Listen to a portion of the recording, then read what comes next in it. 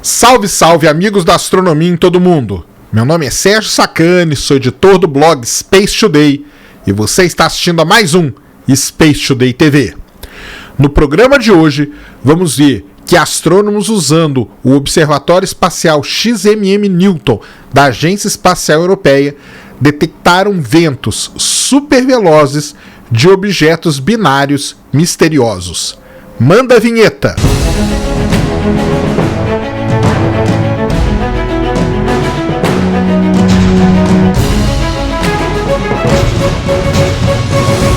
Muito bem, pessoal, vídeo novo aqui no canal e um vídeo hoje para falar de um tema bem complexo da astrofísica e da astronomia.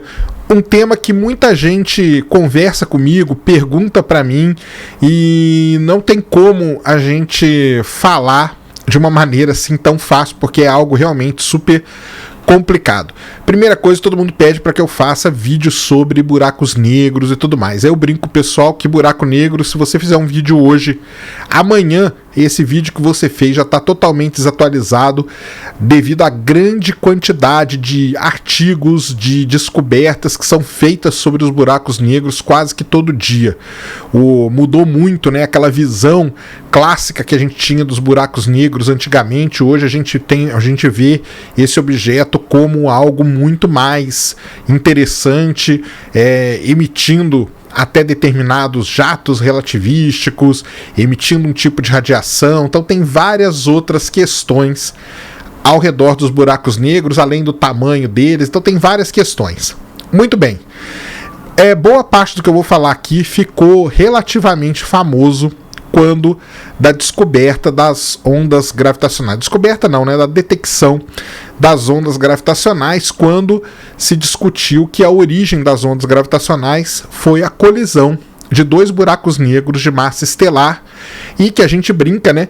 A gente fala que são eventos extremos no universo que podem causar esse tipo de perturbação no tecido do espaço-tempo. Pois bem, dentro da astrofísica, dentro da astronomia, tem uma série de pesquisadores que estudam o universo nas altíssimas energias. Então, sempre quando eu mostro aqui o espectro eletromagnético para vocês, a gente tem lá a luz visível, a luz ultravioleta, o infravermelho, e a gente tem energias muito altas no universo, que são, por exemplo, os raios gama e os raios-x. Isso aí, a gente está falando de objetos realmente extremos, só objetos extremos que podem, tanto objetos extremos como fenômenos extremos que podem gerar esse tipo de radiação. Um desses tipos de radiação, a radiação de raio-x, basicamente ela é emitida por dois tipos de objetos, né? Então, buracos negros podem emitir radiação de raio-x, na verdade, um aquecimento do gás ali ao seu redor, e sistemas binários extremos, formados aí por estrelas de nêutrons, anãs brancas e por buracos negros. Esses três objetos que eu falei para vocês, as estrelas de nêutrons, as anãs brancas e os buracos negros, na astrofísica, esses objetos recebem um nome especial, uma classificação especial. Eles são chamados de objetos compactos. São os objetos compactos da astrofísica. Todos os três representam o final de vida de uma estrela, dependendo do tamanho dessa estrela, ou ela termina numa anã branca, ou ela termina numa estrela de nêutrons, ou em um buraco negro. Então, esses três objetos são super compactos, são pequenos, mas são muito densos, o que torna eles objetos super compactos. As anãs brancas são conhecidas aí há centenas de anos no interior de nebulosas planetárias, tudo mais, isso aí já é algo totalmente dominado.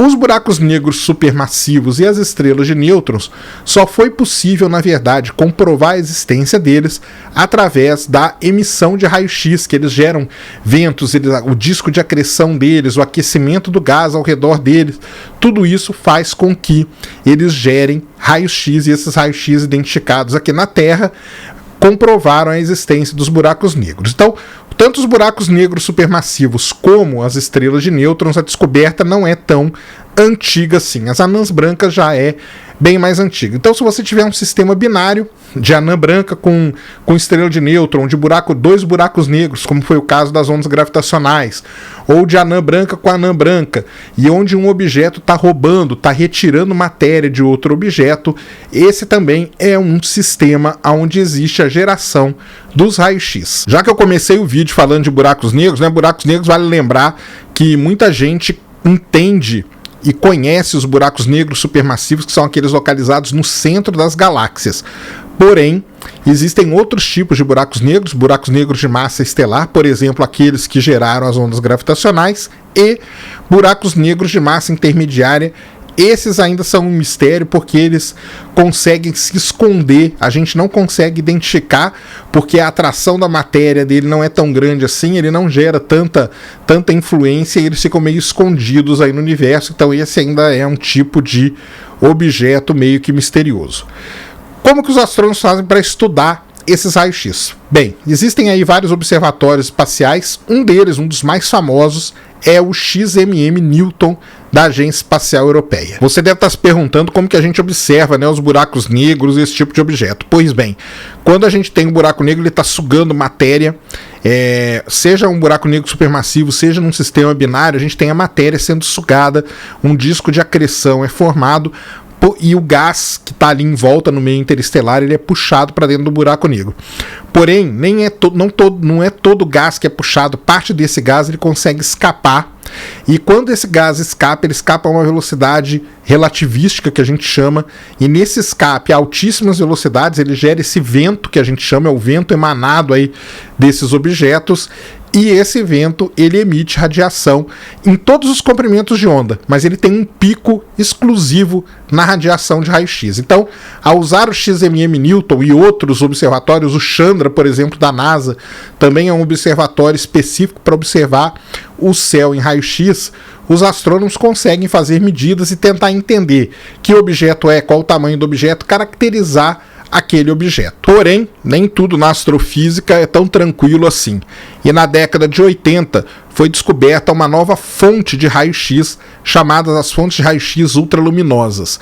Elas não podem ser classificadas como os buracos negros supermassivos porque elas ocorrem longe do centro das suas galáxias e também não podem ser considerados objetos binários ordinários, que a gente chama, porque eles são muito mais luminosos do que esses objetos binários luminosos.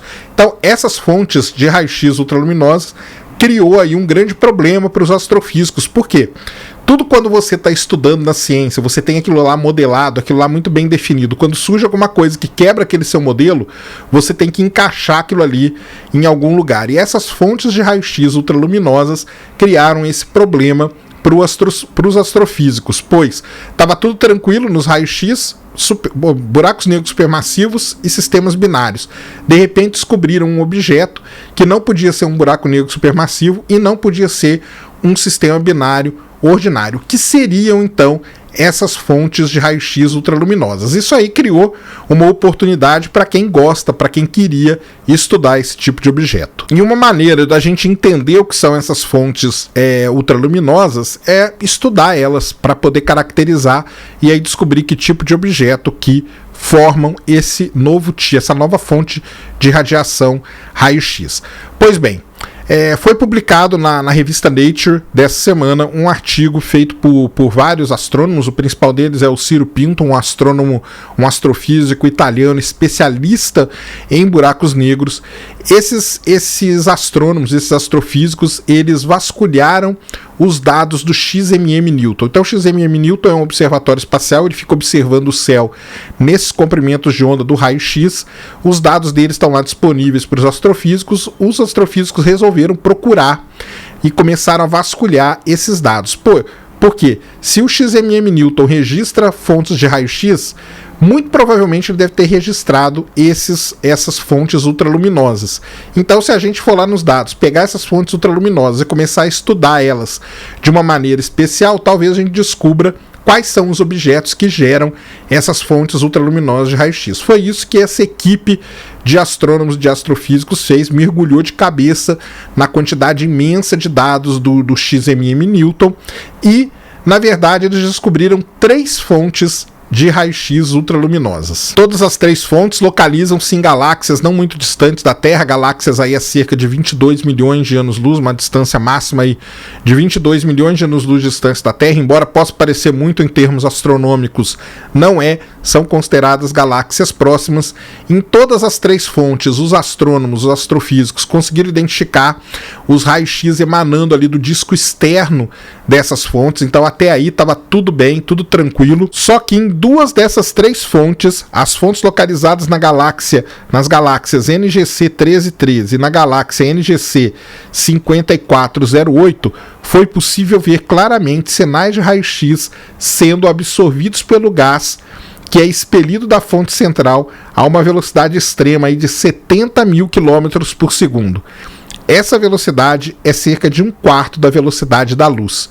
Então, esses objetos que eles estavam observando acabavam emanando um vento proveniente dessas fontes de raio-x a uma velocidade de 1/4 da velocidade da luz. Isso aí foi algo realmente surpreendente. Foi a primeira vez, na verdade, que os astrofísicos conseguiram identificar esse tipo de fenômeno. Quando eles começaram a estudar esses objetos, eles conseguiram definir mais ou menos a natureza deles e descobriram que esses objetos, na verdade, eles estão sugando muita matéria.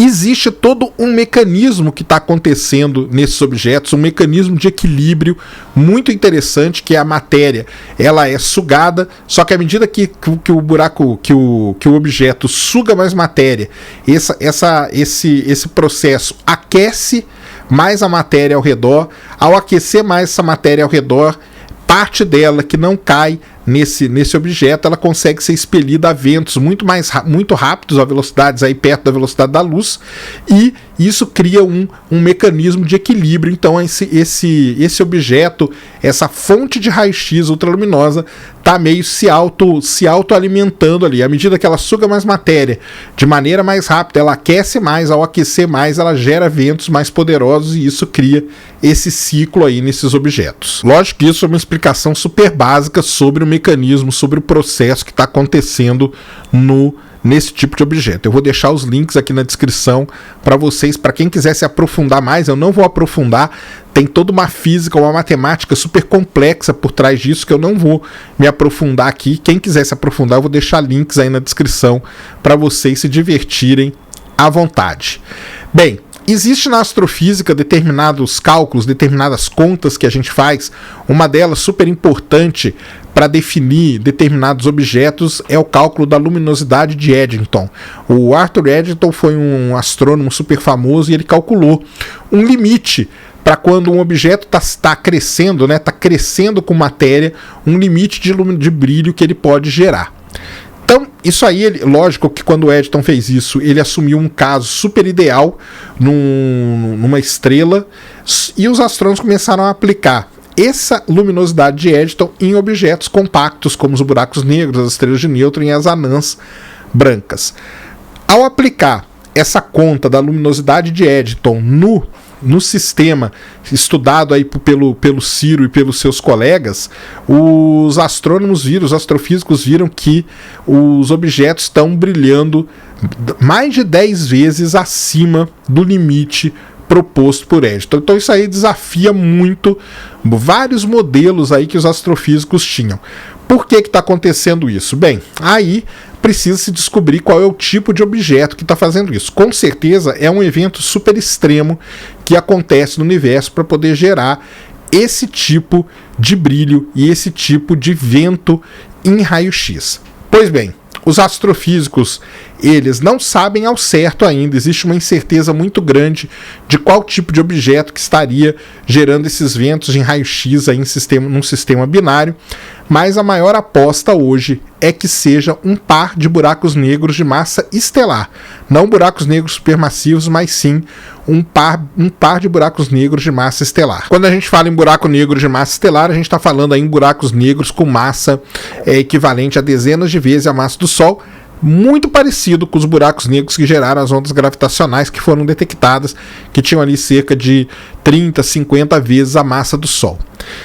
Isso tem vários pontos interessantes. O primeiro é, já que as ondas gravitacionais abriu uma nova janela aí para a astrofísica investigar, principalmente investigar essa parte do universo aí, esse universo da alta energia que a gente chama, Quanto mais buracos negros de massa estelar você descobrir em sistemas binários, ou seja, um par de buracos negros de massa estelar, isso é interessante porque você pode esperar que em algum momento você vai descobrir outros buracos negros se fundindo, se entrando em fusão um com o outro, e isso pode gerar outras ondas gravitacionais. Então e você pode aí aprimorar os seus modelos, aprimorar os seus equipamentos para registrar. Isso é muito interessante também.